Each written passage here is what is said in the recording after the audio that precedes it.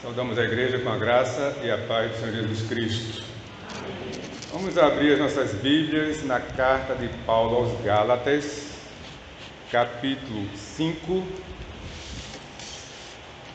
Carta de Paulo aos Gálatas, capítulo 5, versos de 13 a 15.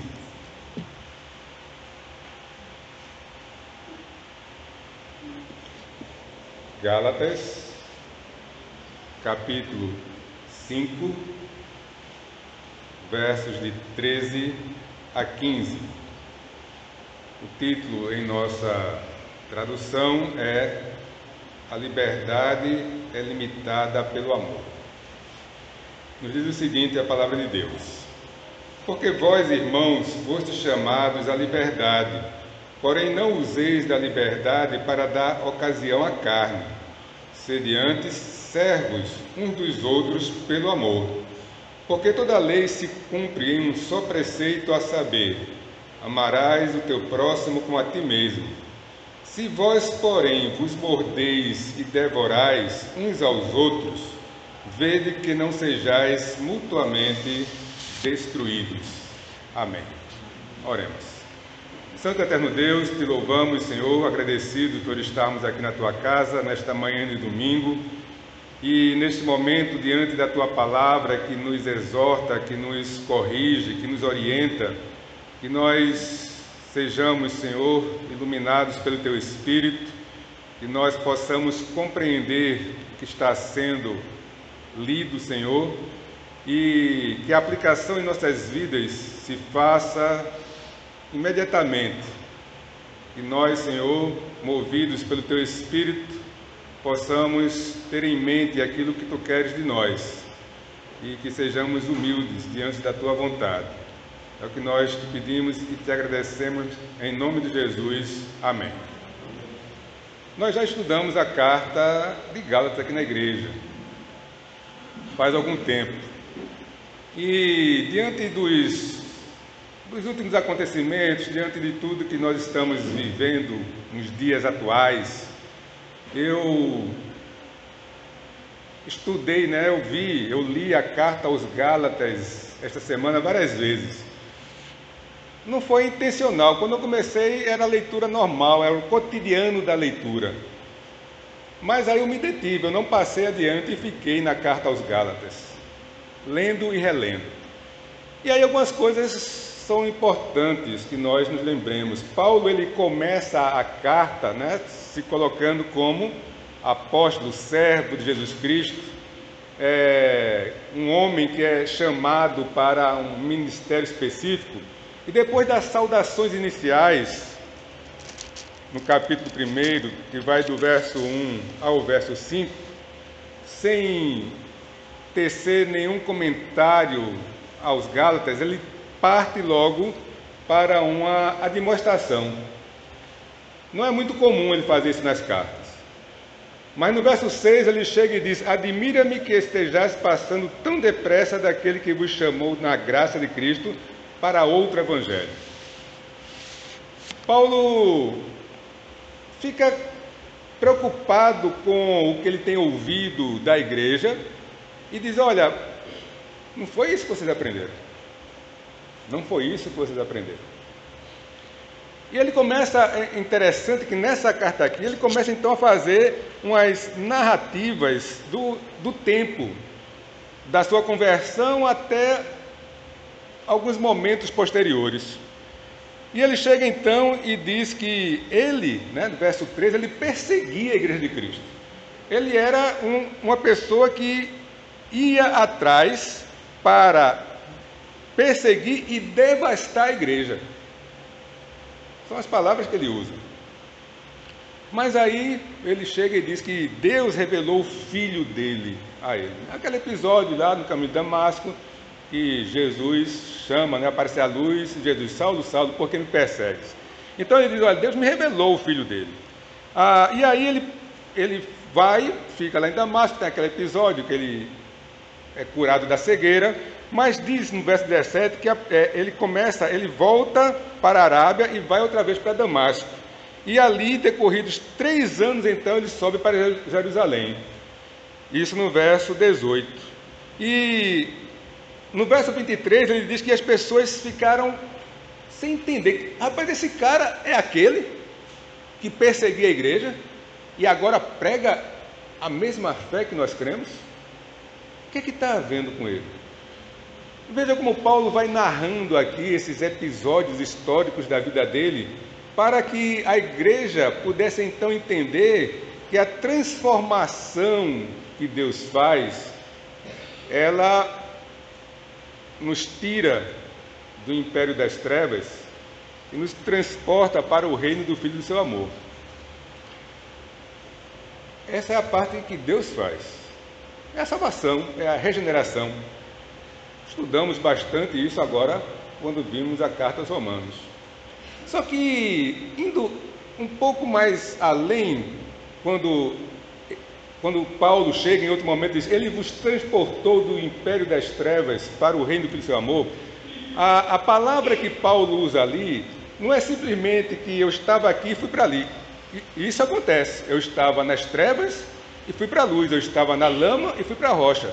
Mas é como que alguém que pega uma planta já crescida, que está num determinado local e cava ao redor para que a planta saia com a maior parte das suas raízes para ser plantada em outro canto. Quem já fez isso, sabe que essa planta vai passar por períodos de adaptação naquele novo lugar. Então não é simplesmente como uma planta que está num jarro que vai de um canto para outro, mas é uma planta que sai do seu ambiente, sai das suas concepções, sai das suas ideias, sai da sua cosmovisão e vai para outra.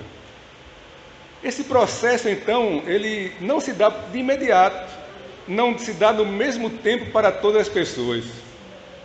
Mas é justamente aí que entra a santificação, é a nossa parte. É a parte que Deus diz, faça isso, faça aquilo.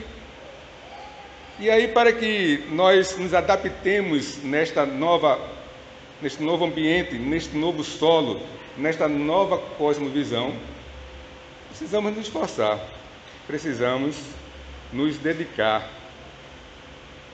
E aí, Paulo, ele narra aqui na carta aos Gálatas, e quando ele vai para Jerusalém, quando ele começa a se encontrar com os apóstolos antes dele, apóstolos chamados pessoalmente, fisicamente por Cristo no seu ministério, e Paulo foi aquele como que chamado fora de tempo, como ele mesmo diz.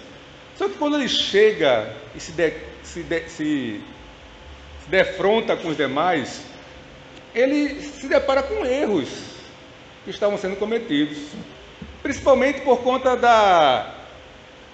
do querer se acomodar a imposições e às culturas judaicas, que alguns apóstolos ainda tinham dificuldade em se desligar. E aí diz lá em 2:11 que quando, porém, Cefas veio a Antioquia, resistiu face a face, porque se tornara repreensível. Ou seja, é Pedro aqui, o apóstolo Pedro, que no encontro, o que é que acontece? Está lá os judeus cristãos, está lá os gentios cristãos. E havia, como sempre houve, aqueles judaizantes que queriam impor aos judeus preceitos judaicos, que foram instituídos por Deus para o judeu, mas que não tinha que ser colocado na vida dos gentios convertidos. O principal dele é a circuncisão.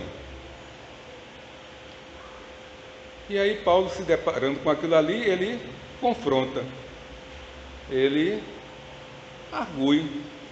Olha, Pedro, nós somos judeus, eles são gentios. Não é correto, não é certo querer impor a eles coisas que são nossas. E o contexto, se for ver lá, é justamente esse, é da questão da circuncisão. No capítulo 5, dando um pulo, verso 2, ele diz: Eu, Paulo, vos digo, se vos deixar de circuncidar, Cristo de nada vos aproveitará. Esse é o contexto, até chegarmos no texto que nós lemos. Porque veja só, o que é que nós vemos aqui nessa carta? Paulo ele está justamente colocando o seguinte: olha, não podemos nos calar diante de coisas que estão contrárias ao Evangelho. Mas como é que se trata disso? Como é que se trabalha isso? Quando ele confronta Pedro, eu fiquei imaginando, ele podia ter pensado assim: rapaz, eu não vou criar atrito com esse cara não, né? O cara é apóstolo antes de mim. O cara vai chegar logo dizendo: rapaz, eu estava com Cristo, você veio de onde? Ele podia simplesmente dizer: olha, se quiser circuncidar, que circuncide, que se não quiser, que não circuncide. Mas o problema não estava na circuncisão. O problema estava no motivo que queriam para circuncidar. O que Paulo estava colocando o Evangelho é pela graça, o Evangelho é Deus que concede, não é por obras da carne, não é por preceitos da lei. E aí eu tenho que distinguir o que é que a lei queria do judeu e o que é que a lei quer de todos os outros agora. Tanto é que houve aquela carta, aquele pronunciamento da igreja, do presbitério lá em Atos, onde chega para fechar esses pensamentos todos e diz: olha, não há de que se impor aos judeus, aos gentios convertidos, maior encargo do que esses. E aí citam quais são as bases, quais são as exigências que devem ser colocadas, então, para os cristãos gentios. Houve uma decisão sobre o caso. E aí poderia se cobrar ou não aquilo que se queria.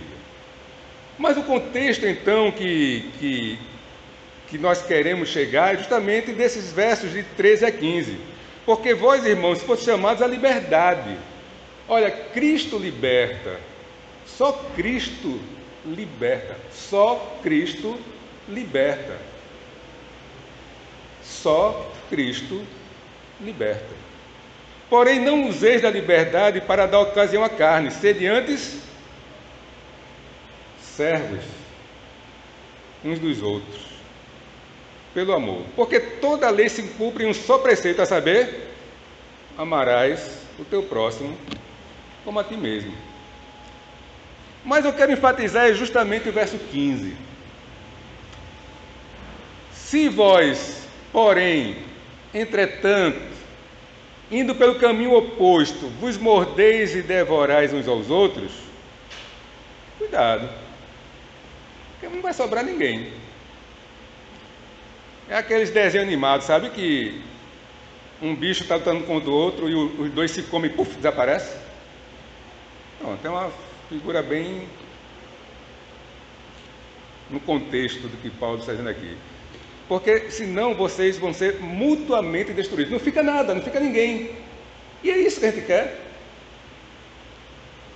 Ali foi o contexto de Paulo e Pedro, servos do Senhor, apóstolos do Senhor, com pensamentos diferentes, com posições diferentes. Quem estava certo?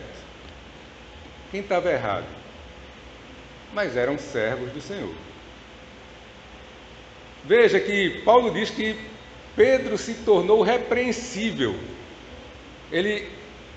Paulo coloca que Pedro realmente falhou naquele momento.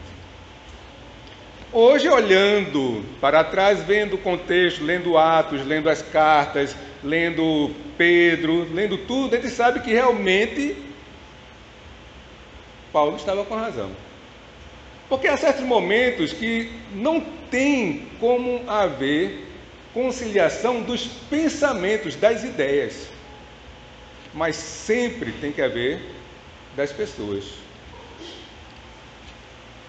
O contexto que então nós vivemos hoje é justamente esse que está aí na capa do boletim. Política suja? O primeiro capítulo de Gênesis termina com esta avaliação da criação de Deus.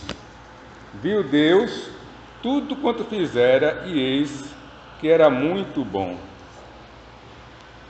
É Deus que faz a avaliação.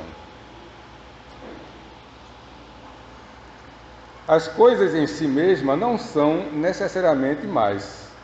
A árvore do conhecimento do bem e do mal não era má.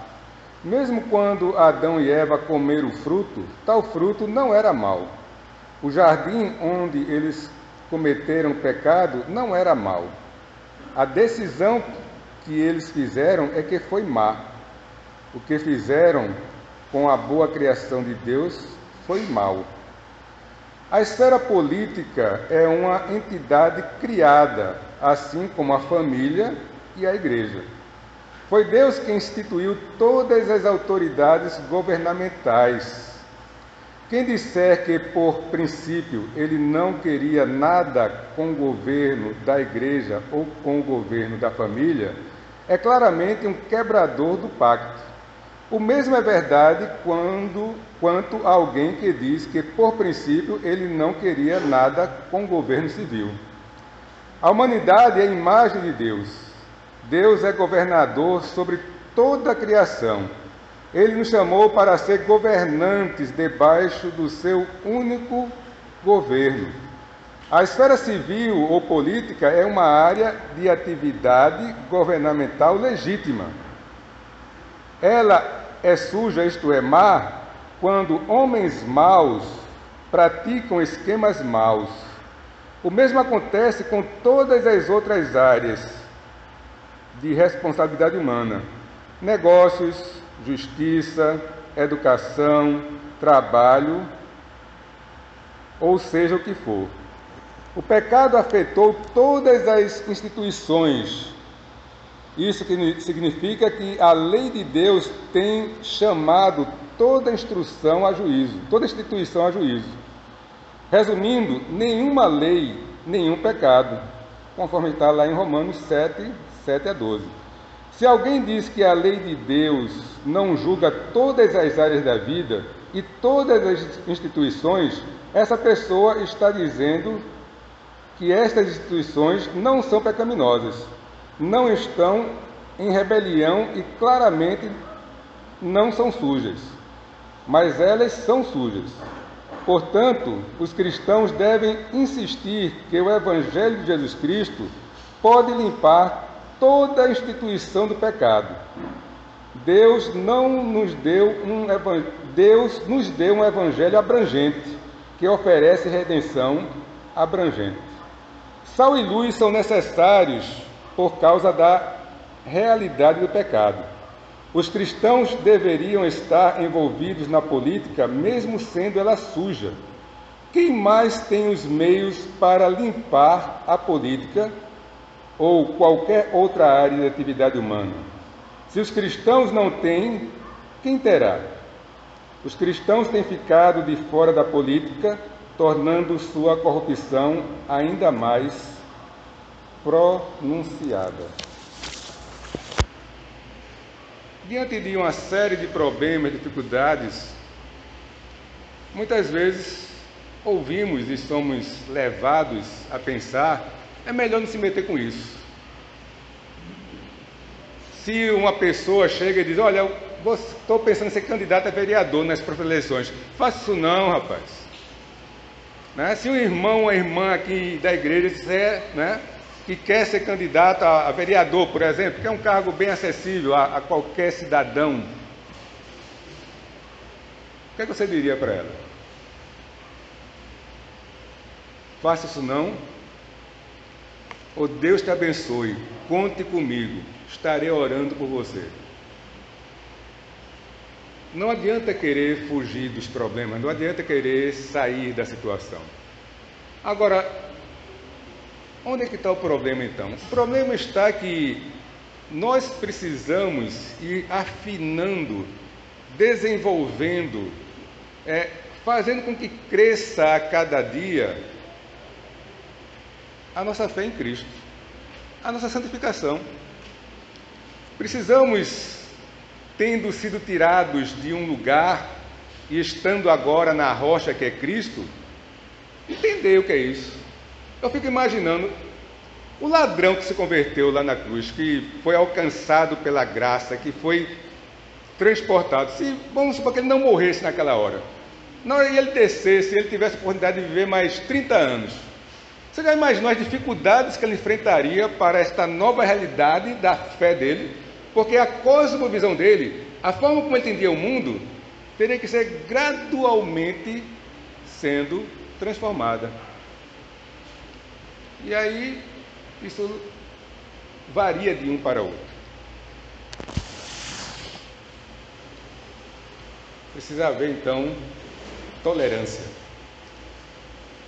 Lá em Colossenses 13, Paulo diz: suportai-vos uns aos outros. No contexto está dizendo: tende ternos sentimentos uns para com os outros. Mas muitas vezes a gente olha, vê, tem 90 pontos em comum com a pessoa. Não botar 90 não, botar 99 pontos em comum com a pessoa. Mas por causa de um, se estabelece toda a briga, todo litígio, todas as dificuldades. Eu vou, não é muito comum, mas eu vou passar um filmezinho aqui. É menos de 2 minutos. É justamente sobre tolerância religiosa. Ele está em inglês, mas tem legenda.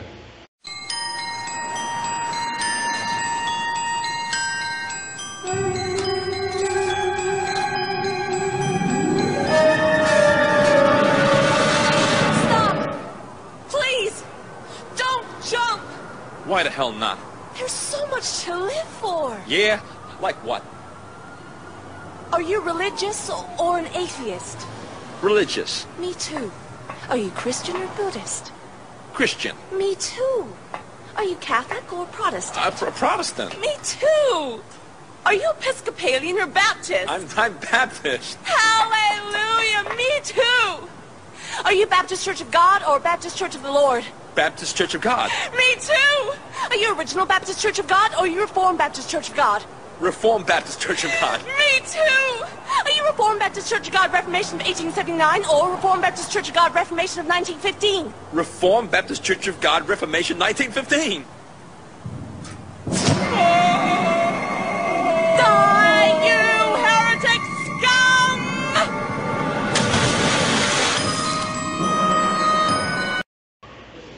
A pessoa ia se matar. Não, por favor, não. Né? Por que não? Você crê em alguma coisa, você é cristão, é budista, cristão, é católico, protestante, e assim vai. Cada afirmativa que ela recebe é um passo se aproximando. E ele desistindo do que ia fazer. Até que por conta de um detalhe doutrinário, morra seu herege. Será que a gente está fazendo a mesma coisa? Ontem quando mandei o boletim, eu fiz uma observação pedindo que vocês lessem a parte de dentro. Eu não sei quantos já leram, mas por via das dúvidas, eu vou ler com vocês agora aqui. Estamos vivendo um conflito político em nosso país, saindo de uma inércia no que diz respeito ao posicionamento diante da classe política. A maioria da população está dedicando um pouco mais de tempo para ouvir o que os candidatos estão propondo. Há uma movimentação, de interesse, como não havia anteriormente. Entretanto, de modo geral, estamos engateando nessa área e esta falta de experiência muitas vezes tem dificultado uma análise correta de tudo que está ocorrendo. Quando você adentra em áreas que você não tinha tanta vivência anteriormente, é uma dificuldade natural. Desde abril deste ano, tenho colocado uma série de artigos nas capas do nosso boletim, visando orientar a igreja nesse importante momento que vivemos. Como em todas as áreas da vida, nossa autoridade maior, nossa única regra de fé e prática são as Escrituras Sagradas.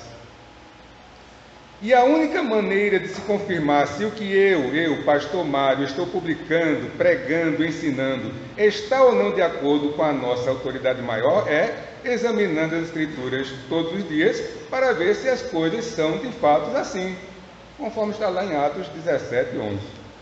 Não nos enganemos, nós vivemos, escolhemos, decidimos de acordo com a cosmovisão que temos. De fato, escreve Cheung, ele é um pastor protestante, se pensarmos profundamente, perceberemos que cada proposição simples que falamos, ou a cada ação que realizamos, pressupõe uma série de princípios últimos interrelacionados, pelos quais percebemos e respondemos à realidade. Essa é a nossa cosmovisão. Não há sequer uma área da nossa existência sobre a qual as Escrituras não têm a última palavra a ser dada. Com certeza a Bíblia não diz se você deve vestir roupa branca ou cinza. Logo, esta é uma escolha para a qual você tem plena liberdade. Mas se você trabalha em uma empresa e o dono diz que todos devem usar calça cinza, a liberdade de você escolher a cor desaparece. Assim, precisamos discernir onde Deus nos deu liberdade de escolhermos e quando Ele nos determinou o que fazer. Mais um exemplo. Hoje é domingo, dia do Senhor. Você pode escolher descansar durante a tarde ou visitar um amigo hospitalizado.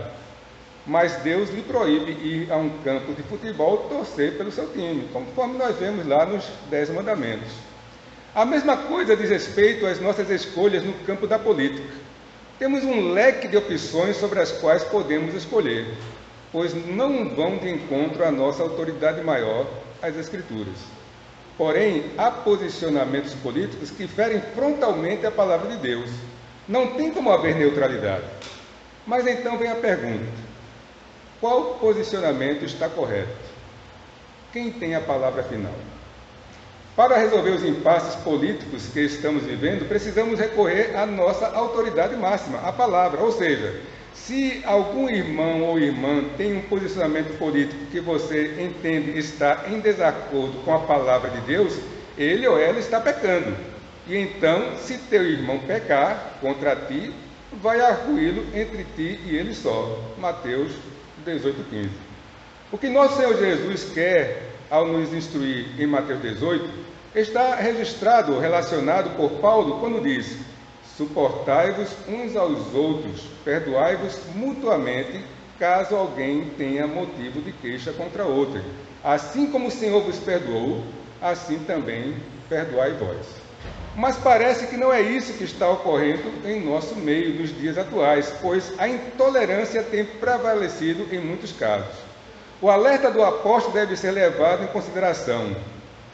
O texto que nós lemos: se vós, porém, vos mordeis e devorais uns aos outros, vede que não sejais mutuamente destruídos. Todos nós estamos sujeitos a erros no comportamento e na doutrina. Mas lembremos-nos que Cristo deu à igreja o poder de julgar. Em verdade vos digo que tudo o que ligardes na terra terá sido ligado nos céus, e tudo o que desligardes na terra terá sido desligado nos céus.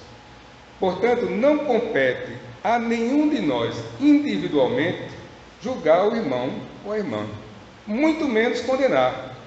Precisamos ser firmes na defesa da fé, mas isso deve ser feito com respeito e amor, de acordo com os ensinamentos bíblicos. Então, do mesmo jeito que um posicionamento bíblico, um posicionamento político pode ser antibíblico, um comportamento e uma reação também pode ser antibíblica. Todos os dois são passíveis de julgamento. Mas veja, quem tem autoridade para julgar? E principalmente, quem tem autoridade para condenar?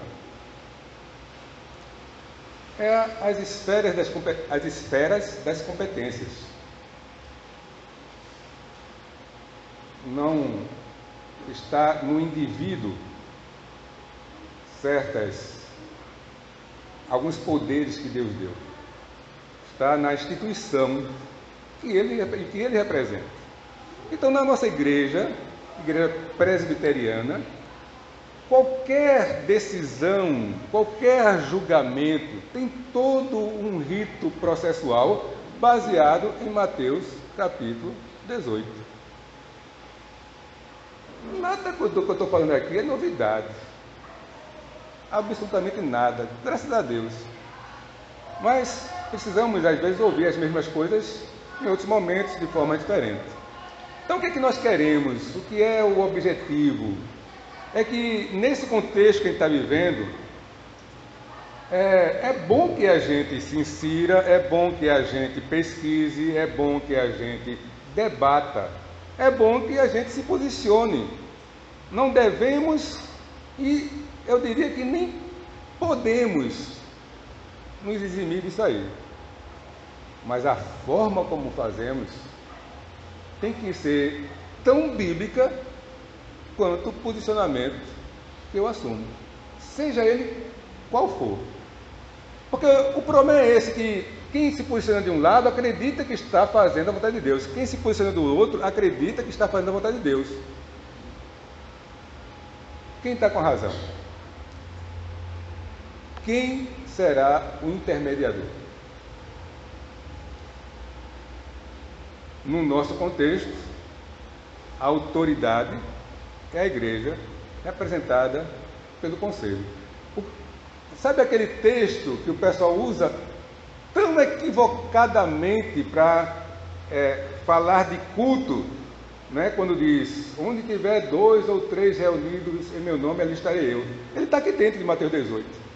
Quando Jesus diz, onde tiver 2 ou 3 reunidos em meu nome, eu estarei com eles, ele não está falando de culto, de adoração, não. Está falando de julgamento.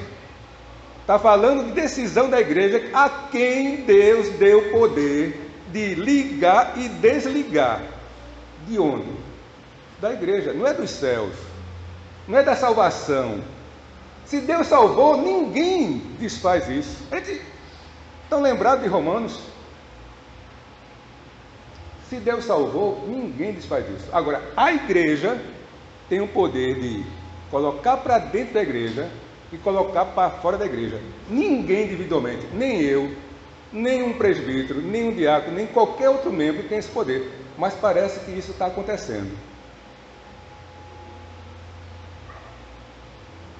Como é que eles resolvem? É a mesma Bíblia.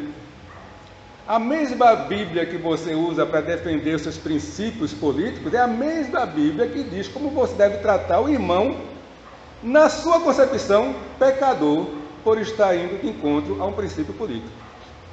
Se você se considera justo no canto e erra aqui,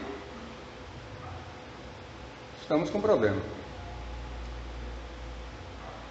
A gente precisa então, parar, respirar fundo, conversar, exercitar o debate do pensamento e jamais usar da estratégia de fazer acusações pessoais. Isso é um mal generalizado na igreja e no mundo. O debate começa com os pensamentos.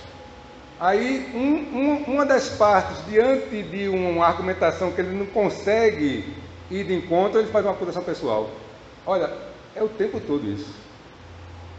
É na igreja, é entre os políticos, é entre os acadêmicos, é em todo canto. Só que está errado. Não é isso que a Bíblia nos ensina. E aí, o que que nós estamos? Nós somos o quê? Nós somos uma igreja. Qual é o princípio que nos une? É a palavra de Deus, é o Cristo. O que que Cristo fez por você? Ele salvou. Se salvou você, salvou o outro, então a ordem é: não julgue. Agora, se a pessoa está pecando, se você entende que ela está pecando, você vai conversar com ela. Conversa com ela. Entenderam isso? Conversa com ela. Como? Particularmente. O que eu estou achando que está acontecendo? Eu estou achando que está acontecendo é que nesse contexto atual começa a se falar um dos outros. Começa a se criticar uns aos outros. É bíblico? Me mostre, me ensine e faça o que eu sempre digo. Me confronte com a palavra de Deus. Me chame, vamos orar e vamos conversar. Agora, não é só comigo não, isso é com cada um. De cada um para cada um. Se não fizer isso, não está fazendo a vontade de Deus. Tem dificuldade de se entender isso. O que eu estou dizendo é antibíblico, vai de encontro à palavra de Deus. Se não vai, então, se esforce por fazer. Para que a gente possa ser o sal e a luz na política. Para que a Igreja do Rio Preto seja uma referência. Rapaz, lá tem gente que é de um lado, tem gente que é do outro. O cara tem um pensamento firme aqui, outro tem um pensamento firme aqui, mas não há briga. Se a coisa chega a extremos, teremos que tomar providências, teremos. Agora, eu não queria tomar providências por conta de atritos, por conta de ofensas pessoais. Em um momento ou em outro, a gente pode precisar tomar providência com relação a princípios debatidos. Porque também, se a igreja, como instituição, não fizer isso, é o quê? Faz o que quer? Também não pode. Eu espero ter sido claro, eu espero que todos parem, pensem e reflitam. E mudem no que for preciso. Eu não quero agora que você mude o seu posicionamento político. Veja, não é isso que eu estou pedindo. Eu quero que você pare, reflita e veja o seu comportamento entre as pessoas. E isso não dá tempo de esperar às vezes. Agora, o posicionamento político, vamos parar, vamos conversar, vamos debater. Eu estou dizendo isso aqui quase todo domingo. Eu estou publicando na capa do boletim uma série de informações. Ninguém aqui dentro chegou para mim e disse: pastor, eu quero conversar sobre o que o senhor está botando nas capas do boletim. Ninguém. Está errado. Se você pensa diferente, me chame. Se você pensa diferente, vamos conversar. Porque se você pensa diferente e depois cria intriga, você está pecando.